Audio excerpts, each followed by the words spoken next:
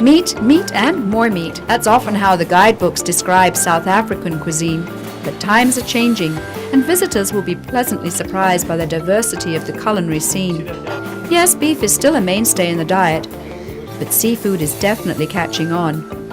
Not surprising for a country with so much coastline.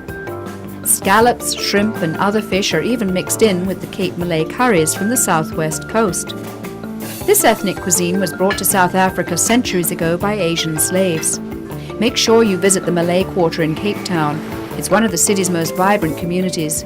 And taste the mild Cape Malay curries. They're creamy and not quite as hot as Indian vindaloos. Of course, if you have an appetite for thick, juicy steaks, you've come to the right place. Venison is especially popular in South Africa, and it can have a range of flavors. You can see it's like a nice, very clean cut of meat. Very tasty, very flavorful. Kind of like the difference between the venison you get up here and the venison that you get down in Cape Town is actually significant because of the shrub that it feeds on. What I prefer to do is actually roast the oyster mushrooms with the venison in the pan, and it actually picks up some of the flavor. As you can see here, mushrooms nice and brown, lots of flavor, and it absorbs some of that juices from the meat as well. So when you actually eat the dish, right through the dish, you actually taste that mushroom, you taste the venison, you taste the lentils, everything. So it gives a really nice flavor to it. With the venison, you always, after grilling it or sealing it off, you always give it a rest period. So the meat can actually rest. Because when you grill it in the pan, it actually tends to pull together. And when you serve it straight away, it's like a muscle, it just tends to still pull together. Okay, what we're doing over here is just take this red wine, sauce, add it to your pan, pick up the flavors of mushroom, and we'll put that on the side. And there you have it. A loin of venison served on a casserole of lentils with sour morello cherries and fresh oyster mushrooms. Hotels and restaurants are starting to feature more traditional fare on their menus, such as roasted vegetables with mealie pap, a local staple made from ground corn that tastes something like polenta. All right, well, I'm gonna dig in. But if you're looking for authenticity, head to the townships of Johannesburg. In Soweto, get ready for the spicy dishes. The food there, it's the entire, for the most South Africans, but different nations, you understand, like ethnics like Tswanas, Zulus, Xhosas. The brown stuff there, it's called umngqusho, that's for Xhosas.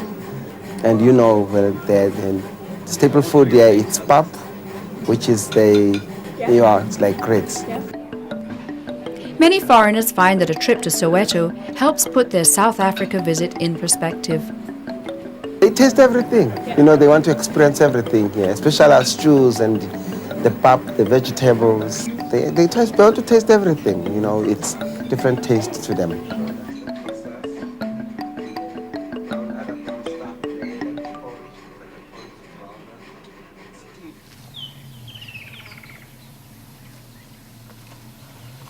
Going on safari is a major reason people visit South Africa. Out in the bush, the food gets even more exotic. At game reserves, there's an evening tradition of gathering around well-laden tables to swap safari tales with the rangers and other guests. I have some king clip, King clip, yeah. and then I have some kudu, It's a little slice of kudu there, yeah. which is like an antelope. Yeah, it's we're a big, looking at. it's like a big deer. Yes. Stag, in other words. We are going out there walking in a dangerous animal area. The atmosphere around a game reserve can be a bit macho, but at this exclusive property there's a female chef in charge of the kitchen. We serve kudu, we serve eland, we serve warthog, also springbok, impala. Some people say, can you really eat kudu? It's such a beautiful animal.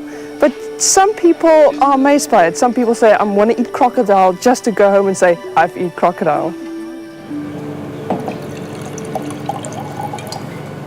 Getting people to try South African wine is easier, and no wonder. The vineyards near Cape Town are producing some of the best wines in the world. You've got all the characteristics of New World and Old World wines, remembering that it was the French that brought the art of winemaking into this country, where they sort of taught us how to make wine. And then from the introduction of your New World countries, Australia, New Zealand, California, and your New World methods of making wine, we've sort of got the best of both worlds now. And it's the perfect accompaniment to the diverse and evolving cuisine of the new South Africa.